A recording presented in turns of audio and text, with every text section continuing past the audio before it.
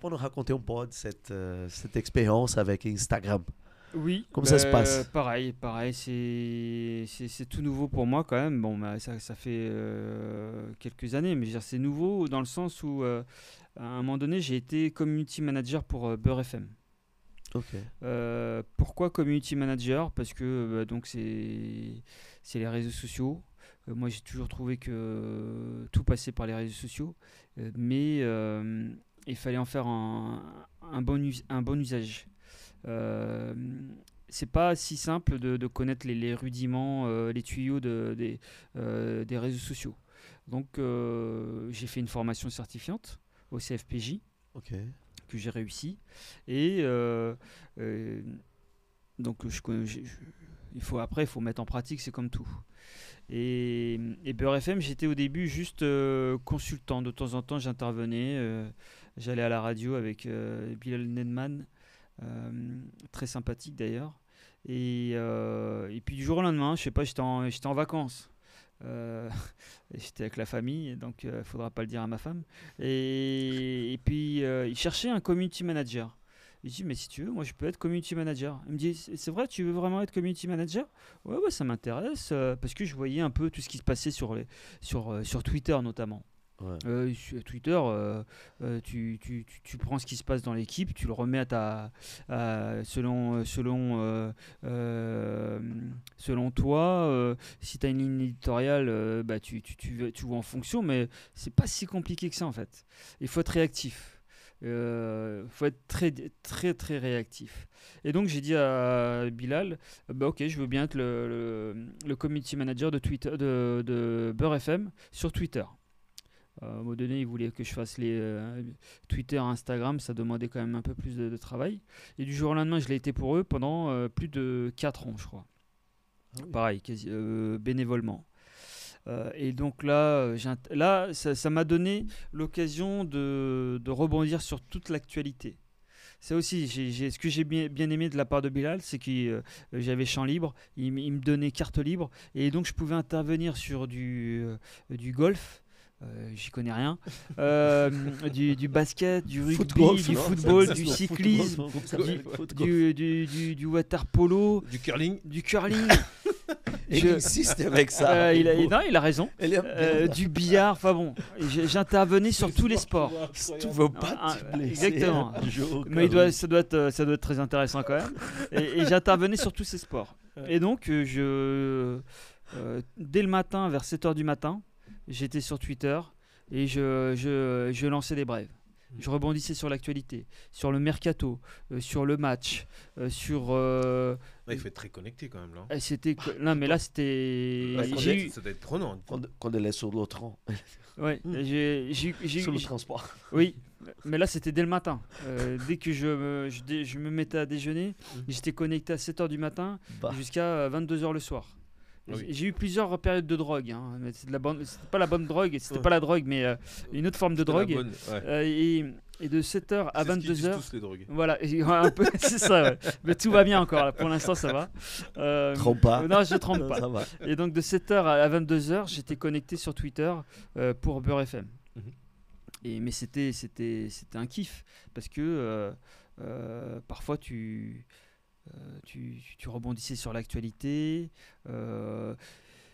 tu rebondissais à ta façon. Ce que je disais, c'est que Bilal me laissait faire, parce que je respectais aussi, je disais pas n'importe quoi, je n'étais pas agressif, j'étais pas insultant, non, j'essayais d'intéresser le plus de gens, j'essayais de faire intervenir les gens. Et donc j'ai été community manager donc pour Beurre FM. Euh, oui, et là où je voulais en venir, c'est qu'il y a eu la période du Covid. Et le Covid, plus d'émissions en plateau. Et donc on faisait des émissions à distance.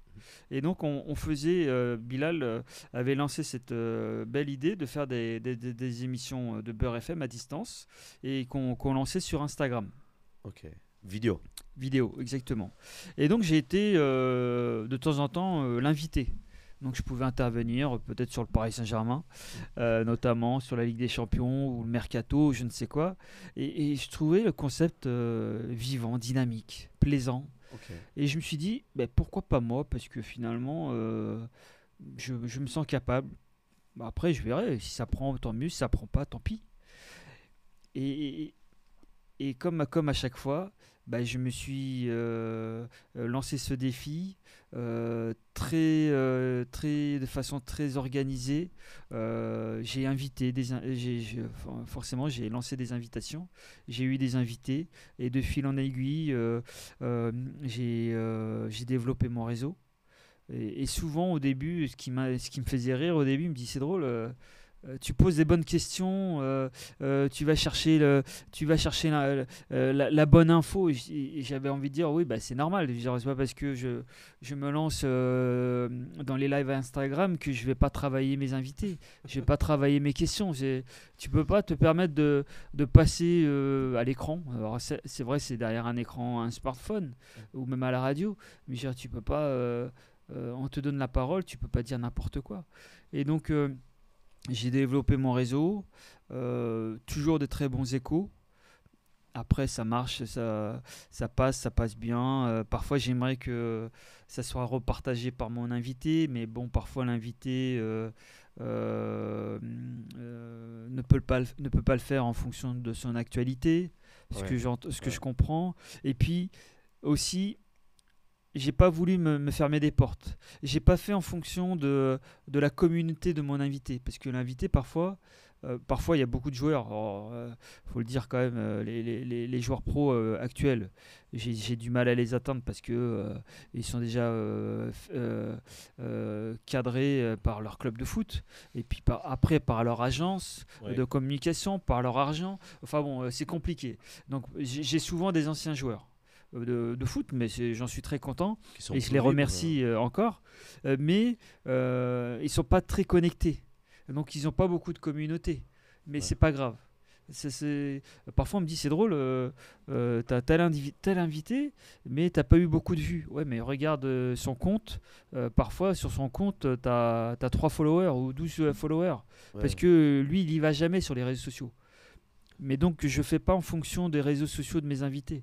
Moi je fais en fonction déjà parce qu'ils me parlent, parce que comment public aussi, du public. Oui, du public. Pas tant que ça, pas forcément du public, parce que du public dans le sens qu'est-ce que le public veut. C'est ça peut intéresser le public. Oui, mais pas tant que. Enfin, c'est drôle de dire ça, mais je fais surtout presque égoïstement en fonction de moi.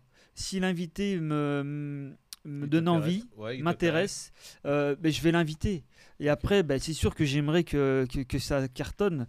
Faut pas s'en cacher. J'ai mis un peu un pied dedans et j'aimerais que cette émission, que tout le monde en parle. Mais c'est pas grave. C'est pas ce que je recherche en premier. C'est l'échange. Presque face to face, que lui ou moi, parfois c'est des femmes, et j'aimerais en faire davantage, mais elles sont parfois plus timides que les hommes. Elles sont beaucoup plus timides. Ouais, exactement. Mais voilà, c'est un échange. Et j'apprends énormément. Oui, je travaille, j'ai une batterie de questions, mais parfois, sur mes 10 questions, je vais en dire que 5, parce que en fonction de sa réponse, je vais rebondir sur sa réponse.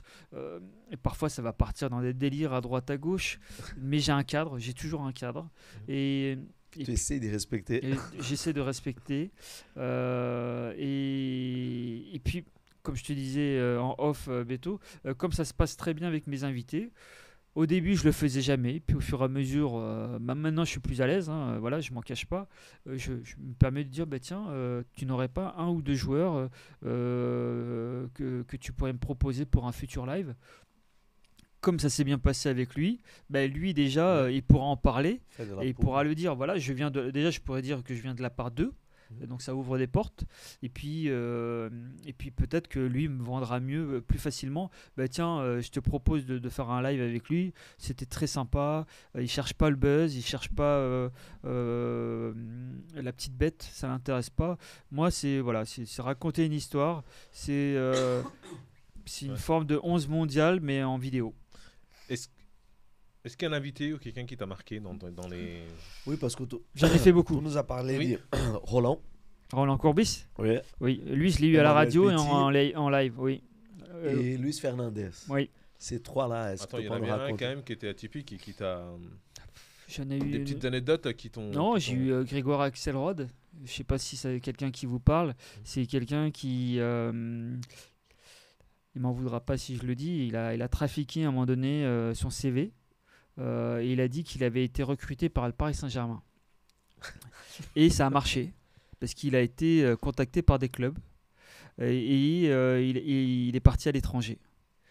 Et lui, je ne sais plus pourquoi, comment je l'ai. Bah pareil, je l'ai contacté sur les réseaux sociaux. J'avais pas son contact. Hein.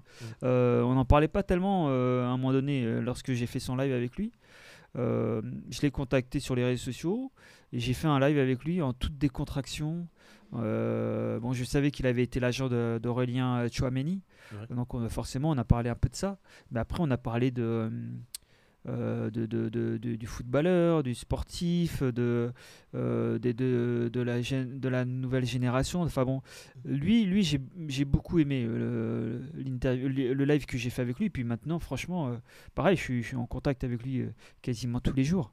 J'avais fait un Denis Troche qui est plus maintenant dans la préparation mentale. Franchement, bon, lui il était dans un canapé, moi j'étais sur ma chaise, mais il était à l'aise, il était posé, mais c'était super intéressant. J'ai fait Serge Aurier, Robert Pires, Ah oui. Jérémy Janot, C'est avant incroyable, qu'il parce soit dans le staff de l'équipe de France. Maintenant c'est plus possible. Hein. Qui ça? Jérémy Janot. Ah, Jeannot, ouais. Ouais, maintenant Ouais. c'est plus possible. Ouais. Patrick Guillou, Luis Fernandez, enfin bon, des journalistes, des joueurs de foot. Je pense qu'ils m'en voudront pas si je les nomme pas en direct, mais j'ai fait j'en ai fait beaucoup, franchement. Parfois, ça me fait tout drôle de regarder mon compte Insta, d'aller tout au début et de voir un peu ce que j'ai fait. J'avais fait Djamel Haroun, un gardien futsal, maintenant qui est dans le staff de l'équipe de France. J'ai bien aimé aussi la relation maintenant que j'ai avec Raphaël Reynaud, le sélectionneur de l'équipe de futsal. Je dis c'est une relation privilégiée quand même. On n'en parle pas assez du futsal.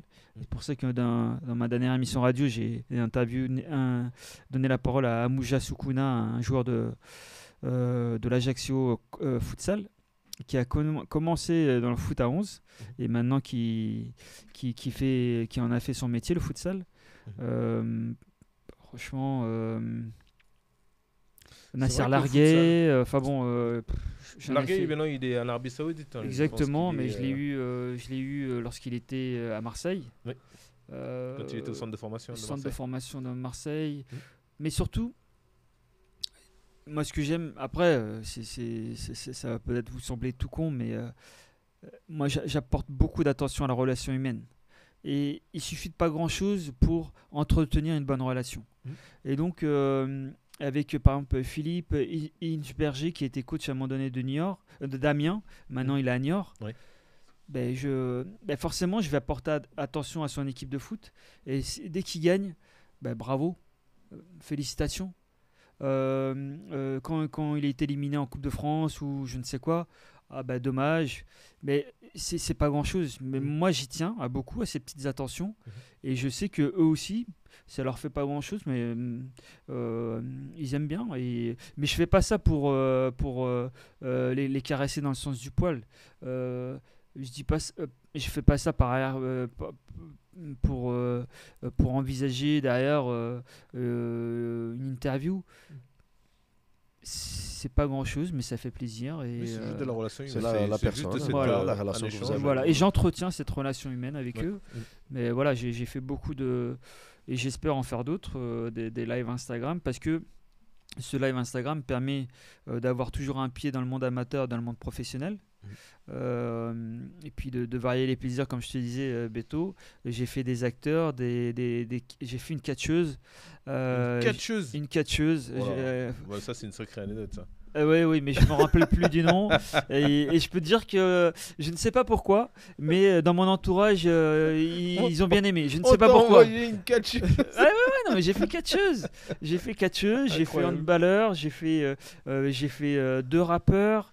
J'ai fait, et d'ailleurs, comme rappeur, ça tombe bien d'en parler parce que j'ai très peu joué avec lui. Parce que à l'époque où il commençait à percer, je commençais à de plus en plus me blesser. Mais si je vous dis Dawala, est-ce que ça vous parle? Non. Non. Ben, c'est le producteur de Section d'Assaut. Ah, ok. Ben, lui, il a joué à l'Espérance Paris 19e. Ah, il a joué à Paris 19. Il a ok. joué là-bas, anciennement Espérance Arabe. Et ben lui, donc, il a percé dans la musique. Lui aussi, hein, à l'époque, on l'a pris pour un fou parce que le rap n'était pas très bien connu, en tout cas en France, pas aux États-Unis, mais en France. Et puis il a lancé comme on dit grossièrement dans le football, des pépites. Et ça a marché. Et j'ai joué un petit peu avec lui. Et lui, je l'ai fait en live. Bon, il est très compliqué. Je le relance Oui. à refaire. C'est très très compliqué de l'avoir de nouveau. Mais j'ai fait des rappeurs. En live en tout cas, Instagram, parce que à la radio c'est le foot amateur, voilà. Mais en live, je me ferme aucune porte.